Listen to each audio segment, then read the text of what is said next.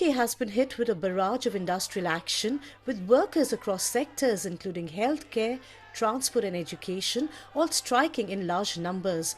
Over the last few months, more than 500,000 Britons have been on strike over better pay and working conditions.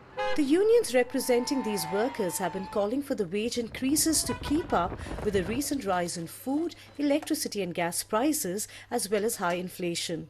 While some sectors have reached pay deals with employers after taking strike action, many public sector disputes still continue, which include tube drivers, railway workers, junior doctors, civil servants and teachers like Himangi and Deepa.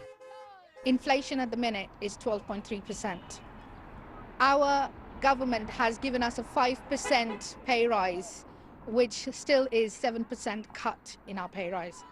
There are several teachers who come and tell us that they have to go to the food banks to shop to make ends meet. They can't support their family. Some teachers are working 2 jobs. They're working another job on the weekends. That's not what teachers should be doing.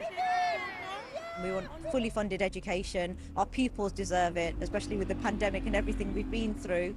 We're putting in so much more beyond education, and it's time we need to wake the government up. So let's get what we deserve for our children primarily, and for the educators too.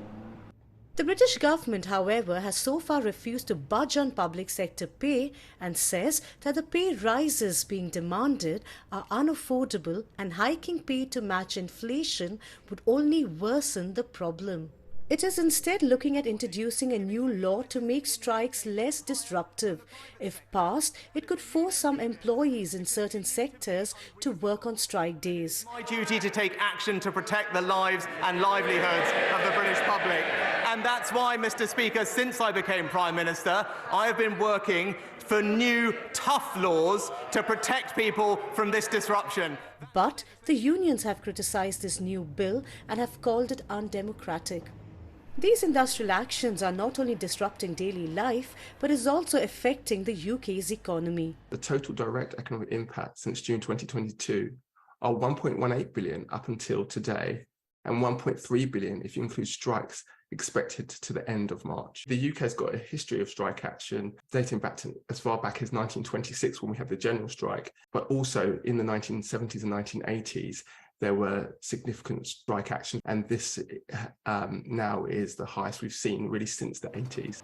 So far, there's been a mixed reaction from the general public to these industrial actions.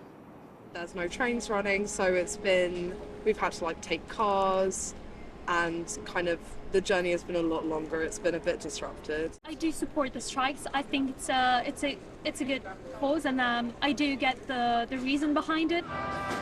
There are growing fears and concerns that if these industrial actions are not resolved soon, it would continue to affect UK's already dwindling economy and daily life. Gaggan, Sabherwal, BBC News.